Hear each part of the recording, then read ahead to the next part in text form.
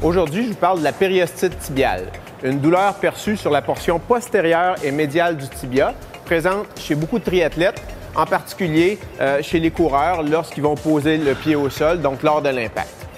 Dans les causes qui vont amener une périostite tibiale, on retrouve particulièrement une surutilisation des muscles qui s'insèrent sur cette portion-ci du tibia. Et ce sont des muscles qui vont voyager le long de la cheville en postérieur et aller en dessous du pied, voire même jusqu'aux orteils. Donc, chez les athlètes qui vont gripper le sol lors de la course, il y aura à ce moment-là une surutilisation de ces muscles-là.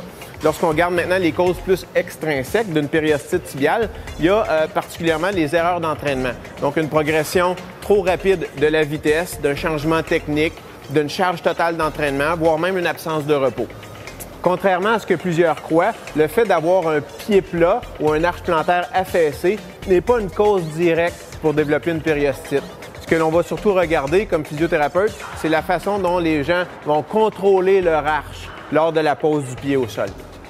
Maintenant, lorsque l'athlète va se présenter en clinique pour une prise en charge de son problème, on va évaluer les facteurs d'entraînement dont je viens de parler, mais on va aussi évaluer toute la biomécanique de course à pied, voir est-ce que c'est fort, est-ce que c'est souple et est-ce qu'on a un bon contrôle moteur.